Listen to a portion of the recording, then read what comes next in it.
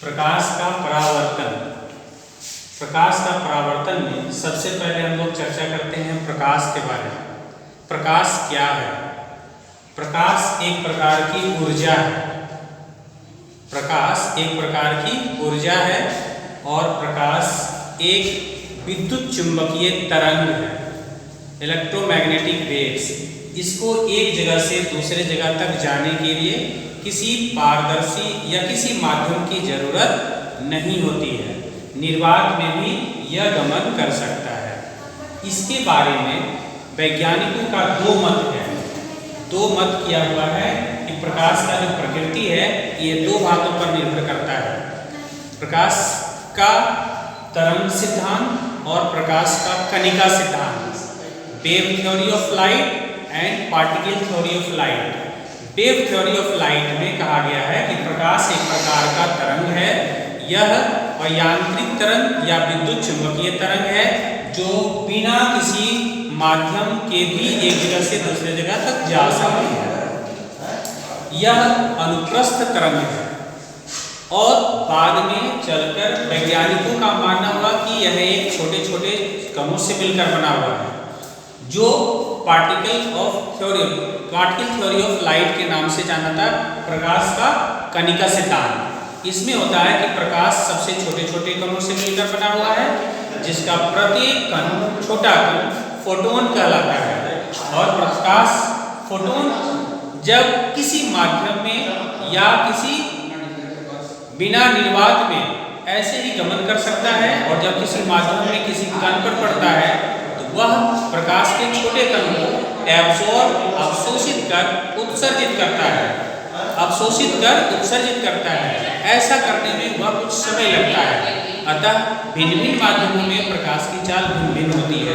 इस प्रकार से वह माध्यम में या निर्वात में भी गति करता है।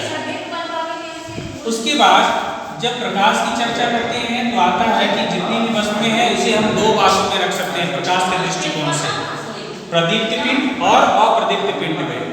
प्रदीप्त पिंड वैसी वस्तुएं जो प्रकाश उत्पन्न करती है, वे सभी वस्तुएं प्रदीप्त पिंड कहलाएगी।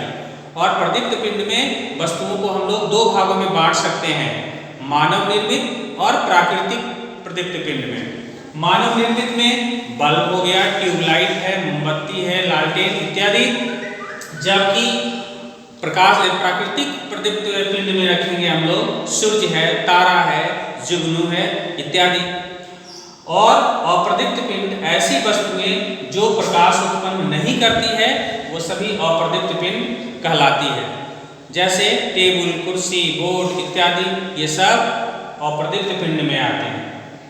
उसके आगे जब हम चलते हैं तो प्रकाश का प्रकीर्णन के बारे में, तो प्रकाश प्रकीर्णन है स्कैटरिंग ऑफ लाइट। जब किसी छोटे से कण पर प्रकाश आता है और आने के बाद उस कण से होकर उसके चारों ओर फैलता है, यह कण अपने क्षमता के अनुसार प्रकाश के कणों को अवशोषित कर उत्सर्जित कर देता है, जिसके कारण प्रकाश चारों ओर फैलता है। यह इसके फैलने की प्रक्रिया को हम लोग प्रकाश का प्रकीर्णन कहते हैं। जहां पर हम सीधे किसी प्रकाशिक स्रोत से प्रकाश नहीं पाते हैं, वहां भी हम वस्तुओं को देखने में सक्षम होते हैं। जैसे दिन के समय में अभी हम कमरे में वस्तु को देख पाते हैं, जबकि यहाँ पर कोई भी सीधा प्रकाश नहीं आ रहा है, क्योंकि बाहर में छोटे छोटे पार्टिकल हैं, उस पर सूर्य का प्रकाश पड़ता है और उस छोटे पार्टिकल से चारों ओर बिखरता है, जहां से उसका बिखरना और हमारे कमरे में प्रवेश करना, जिसके कारण उस कणों को छोटे कणों पर पड़कर बिखरने की प्रक्रिया को हम लोग प्रकाश का प्रकीर्णन कहेंगे। ठीक है। इसके बाद हम लोग पढ़ेंगे किरण के बारे में। रे, प्रकाश के पथ को, प्रकाशिक स्रोत से जब कोई प्रकाश हमारे यहाँ तक पहुँचता है, उस पथ को हम लोग प्रकाश का किरण कहते हैं। और बहुत से किरणों के समूह को किरणपुंज कहेंगे। किरणपुंज को हम लोग क्या कहेंगे? तीन भागों में बांटे हैं, अभिसारी किरणपुंज, अपसारी किरणपुंज और समांतर किरणपुंज। अभिसारी किरणपुंज होगा जब बहुत सी प्रकाश की किरणें आकर एक बिंदु पर सिमट जाती है तो इसको हम लोग कहते हैं प्रकाश अभिसारी किरण पुंज।